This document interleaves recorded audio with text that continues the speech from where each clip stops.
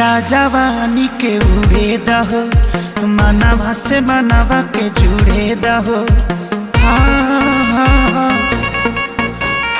छीटा जवानी के उड़े दहो, मनवा से मनवा के जुड़े दहो।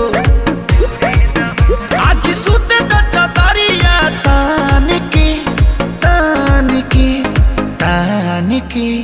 टूट जाए राजा जी, टूट जाए राजा जी पलंग सागवान के, टूट जाए राजा जी पलंग सागवान के।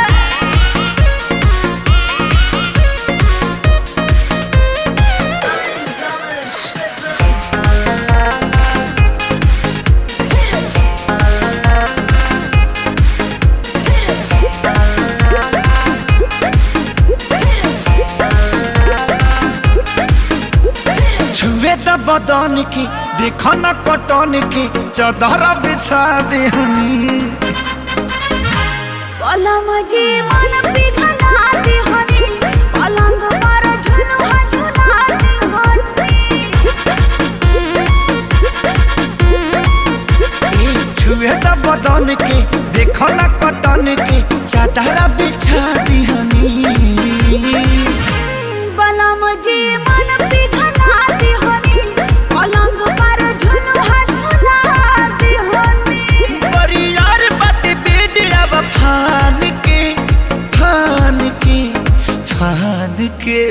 टूट जाए राजा जी, टूट जाए राजा जी पलंग सागवान के, टूट जाए राजा जी पलंग सागवान के।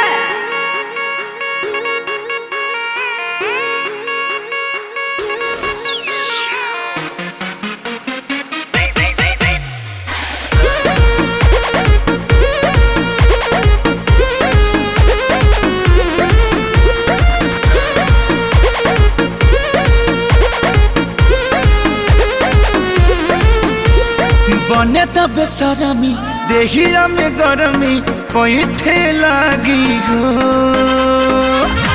कमरिया ऐठे लागी हो, नस नस बैठे लागी हो।